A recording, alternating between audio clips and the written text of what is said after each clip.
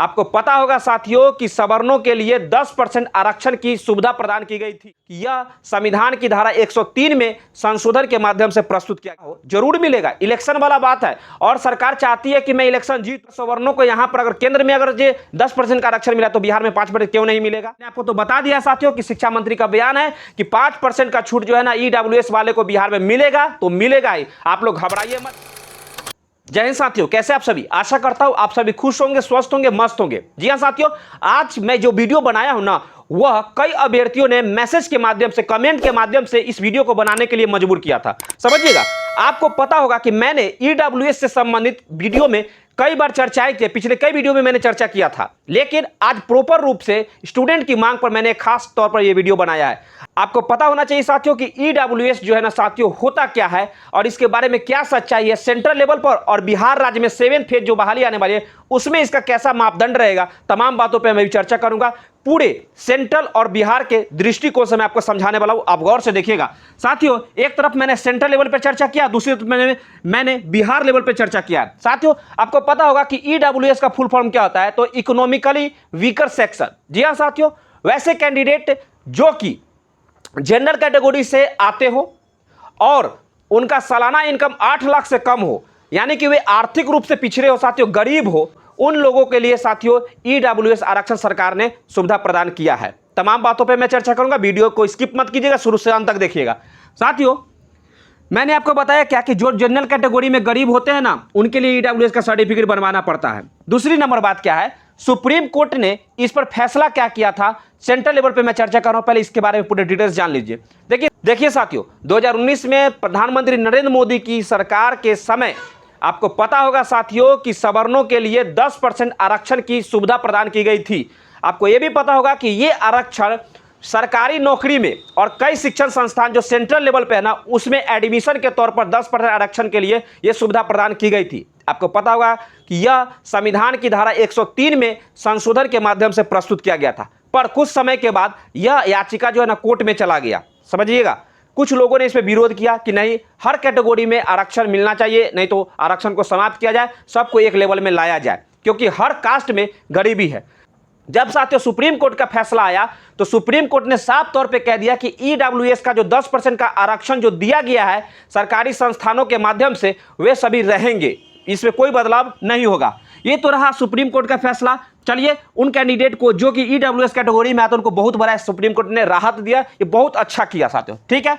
अब रही बात कि केंद्र में किस किस विभाग में छूट है, तो आपको पता होगा कि शिक्षण संस्थान में और आपको सरकारी नौकरी में इनका बहुत ही अच्छी तरह से 10% का छूट देने का सरकार ने प्रावधान किया है साथियों। अब रही बात सीटेट में छूट है या नहीं, तो आपको पता होना चाहिए साथियों कि ईडब्ल्यूएस का सीटेट में जो है ना 90 पर ही मार्क्स लेता है, ठीक है। इसमें कोई छूट नहीं दिया है, पर देना चाहिए था। जब शिक्षण संस्थान और सरकारी नौकरी में छूट की बात कही गई थी तो साथियों इसमें भी देना चाहिए था, पर सीबीएसई जो है ना जब एग्जाम कंडक्ट कराती है सीटेट का, तो उसमें जितने भी कैंडिडेट को पास मार्क देती है, सर्टिफिकेट देती है, वह 90 नंबर पर फीमेल हो या मेल हो, उनको 90 पर ही ईडब्ल्यूएस वाले और जनरल वाले को समान रूप से साथियों पास मार्किंग देता है, सिर्फ 90 पर। अब रही बात ईडब्ल्यूएस सर्टिफिकेट कैसे बनेगा, तो देखिए ईडब्ल्यूएस सर्टिफिकेट जो होता है ना साथियों, यह बनवाया जाता है, या तो आपको ऑफलाइन बनवा सकते हैं या ऑनलाइन बनवा सकते हैं। अब ऑनलाइन का प्रक्रिया है, आप ऑनलाइन ईडब्ल्यूएस के सर्टिफिकेट बनवा सकते हैं। रही बात क्या कि इसके लिए साथियों आपको पता होगा क्या कि ईडब्ल्यूएस सर्टिफिकेट बनाने के लिए इसमें आपको आधार कार्ड वगैरह चाहिए, कई डॉक्यूमेंट्स चाहिए, आपको तहसीलदार से आपको सिग्नेचर करवाना पड़ता है, या अगर आप सेंट्रल लेवल के बनवाना चाहते हैं साथियों, अगर स्टेट लेवल में बनवाना चाहते हैं तो आपको तहसीलदार से सिग्नेचर करवाना पड़ता है। उसके ऊपर आप जाते थे तो एसडीएम हो गया, डीएम हो गया, इस सब के सिग्नेचर उस पर चाहिए साथियों, क्योंकि अपर लेवल पे हो गया ना, तो उस लेवल पे साथियों सेंट्रल लेवल पे साथियों ये मान्यता प्राप्त रहता है। ये नहीं समझिएगा कि सर ये ईडब्ल्यूएस वाले जो सेंट्रल का है और ये स्टेट लेवल का, दोनों में ये अंतर है। अंतर तो कुछ है नहीं, खास रूप से नहीं रहता है, पर जो आपको उसमें जो मापदंड होती है सेंट्रल में, और वही मापदंड के अनुसार अगर आप गवर्नमेंट के रूप से यानी राज्य में बनवाए हुए हैं तो विशेष रूप से अंतर कुछ नहीं दिखता है। बस इतना जानिए कि ईडब्ल्यूएस सर्टिफिकेट के माध्यम से आपको सरकार जो है, सुनने में आता है कि 1 वर्ष का ईडब्ल्यूएस सर्टिफिकेट बनाया जाता है, और कई ऐसे अब तो सुनने में आ रहा है कि 3-3 वर्ष के लिए बन रहा है। अब साथियों रही बात की कौन कौन से डॉक्यूमेंट्स लगते हैं इसमें, तो आधार कार्ड, आय सर्टिफिकेट, इनकम सर्टिफिकेट, एक एफिडेविट कोर्ट से बनवाना पड़ता है साथियों, है ना। और एक ये जो आधार कार्ड है ना, आपको आपका अपना चाहिए और पिताजी का भी आधार कार्ड चाहिए, एक डोमिसाइल आपका चाहिए सर्टिफिकेट, और एक एप्लीकेशन फॉर्म अपने पिता के माध्यम से साथियों भरा जाएगा। और आपके पिता के माध्यम से जो फॉर्म भरे जाते हैं ना, उस पर साथियों उस सब मिला करके ईडब्ल्यूएस डॉक्यूमेंट्स जो है ना, और फोटो वगैरह इसमें लगते हैं। जो भी प्रक्रिया है वो आप ऑनलाइन ऑफलाइन में जाइएगा तो वहाँ पे बना देगा, बस इतना जान लीजिए। अब रही बात क्या, इन तमाम मुद्दों से जब हम ऊपर उठते हैं तो आते हैं हम लोग अपने बिहार राज्य में। देखिएगा साथियों, बिहार राज्य में हम लोग विशेष रूप से चर्चा करेंगे ईडब्ल्यूएस के बारे में। आपको पता होना चाहिए कि बिहार राज्य में भी वही बातें हैं जो केंद्र में है। ईडब्ल्यूएस सर्टिफिकेट वही बना सकते हैं जो जनरल में गरीब कैटेगरी से आते हैं, जो आर्थिक रूप से वंचित है, आर्थिक रूप से पिछड़े हैं साथियों, वे ईडब्ल्यूएस कैटेगरी में आते हैं बिहार राज्य में भी। पर रही बात कि इनको शिक्षा में और शिक्षण संस्थानों में सुविधा मिलनी चाहिए थी कि नहीं मिलनी चाहिए थी, तो देखिए साथियों, आपको बिहार राज्य में है ना, कई राज्य ने इसको स्वीकार तो कर लिया है, पर बिहार राज्य जो अभी तक इस चीज़ को सही से पूरी तरह से क्लियर नहीं किया है।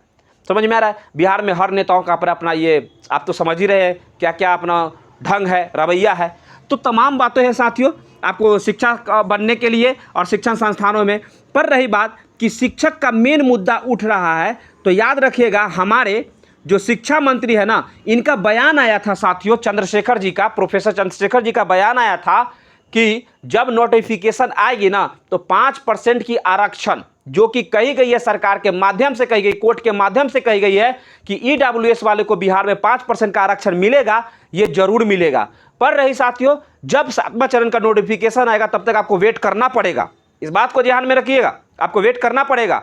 बार बार आप लोग कमेंट करते हैं कि सर 5% आरक्षण मिलेगा या नहीं मिलेगा, मिलेगा हो, जरूर मिलेगा, इलेक्शन वाला बात है। और सरकार चाहती है कि मैं इलेक्शन जीतूं। और बताइए, अगर सवर्णों को यहां पर अगर केंद्र में अगर ये 10% का आरक्षण मिला तो बिहार में 5% क्यों नहीं मिलेगा?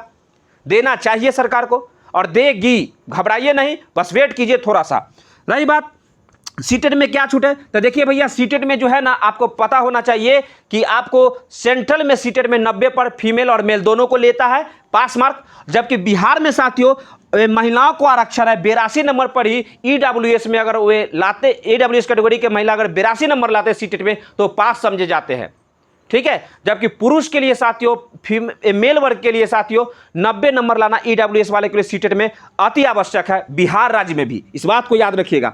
रही बात कि 7वां चरण में 5% की छूट, तो मैंने आपको तो बता दिया साथियों कि शिक्षा मंत्री का बयान है कि 5% का छूट जो है ना ईडब्ल्यूएस वाले को बिहार में मिलेगा, तो मिलेगा ही। आप लोग घबराइए मत, धैर्य रखिए, बस सब्र के साथ आप लोग, पता है ना, आने वाले भविष्य का आप लोग शिक्षक बनिएगा, तो आपको पता होना चाहिए साथियों कि थोड़ा धैर्य रखना अति आवश्यक है, मिलेगा आरक्षण, घबराइए नहीं। 7 फेज का नोटिफिकेशन का क्या छूट मिलेगी? हाँ, मैंने तो आपको बता ही दिया कि 7 फेज की नोटिफिकेशन जब आएगी ना, उसमें इस छूट के बारे में पूरी बातें लिखी रहेगी। आपको पता होना चाहिए ये भी बात कि नियमावली में ये सारे विशेष बातें नहीं रहेगी, नहीं तो फिर कोर्ट का चक्कर लग जाएगा। तो जब नोटिफिकेशन आएगा तो उसके बाद जो है ना, क्या प्रक्रिया होगी, कैसे चयन होगा, कितना % आरक्षण मिलेगा, किसकी कैटेगरी को मिलेगा, इन तमाम बातें जो है ना उसमें चर्चा जरूर रहती है साथियों, और रहेगी भी, इस बात को ध्यान में रखिएगा। रही बात साथियों, बस इस वीडियो को बनाने का मुख्य उद्देश्य यही था कि आप लोग की डिमांड पर मैंने ये वीडियो बनाया था। पर रही कि अब के बाद से आप लोग ईडब्ल्यूएस के बारे में मत पूछिएगा, क्योंकि आप लोग भली भांति जानते हैं और बार बार इसी चीज़ को पूछते रहिएगा साथियों, तो अजीब सा लगता है। तो मैं कहूँगा कि आप धैर्य रखिए। तमाम भाई बहनों को कहूँगा जो ईडब्ल्यूएस के कैटेगरी में आते हैं उन सभी को आरक्षण मिलेगा बिहार में। आप सभी लोग शिक्षक बनिएगा, वो भी 5% आरक्षण के साथ। हमारे गांव में साथियों आपको पता होना चाहिए कि जब सेंट्रल गवर्नमेंट के माध्यम से जब ये 10% का आरक्षण की बात कही गई थी ना, तो कई ऐसे स्टूडेंट जो हमारे मित्र थे, उनको 10% आरक्षण अगर नहीं मिलता ना तो रेलवे में वो जॉब नहीं कर पाते, उनका पेंडिंग में चला गया था। समझ में आ रहा है? तो उनका जो पेंडिंग में चला गया था साथियों, तो उनको 10% आरक्षण जब मिला ना, तो पता है उनको जॉब हो गया। बस आप भी धैर्य रखिए, आप सभी को भी होगा। बस साथियों, आज के इस वीडियो के यहीं पे विराम देता हूं। वीडियो अगर अच्छा लगा हो तो आप इसे लाइक कीजिए, शेयर कीजिए दोस्तों तक जरूर साथियों, और चैनल को अभी तक सब्सक्राइब नहीं किए चैनल को तो आप इसे सब्सक्राइब करिए, बेल आइकन जरूर दबाइएगा साथियों, ताकि नए वीडियो का नोटिफिकेशन अब तक सबसे पहले मिल सके। और साथियों, आप मुझे कमेंट करते रहिएगा, आपके अच्छे बुरे सभी कमेंट को मैं सम्मान देता हूं, और मैं उसी कमेंट पर आधारित आपके ज़्यादा से ज़्यादा मैं कोशिश करता हूं कि मोबाइल पर ही मैं आपको कमेंट का जवाब दे देने का। तो आप कमेंट करते रहिएगा, जहां तक हो सके मैं आपको मैसेज के माध्यम से आपको रिप्लाई देते रहूंगा, और नहीं साथियों तो वीडियो बना करके आपको प्रस्तुत भी कर दूंगा। तो साथियों, बस इतना ही कहूंगा। जय हिंद।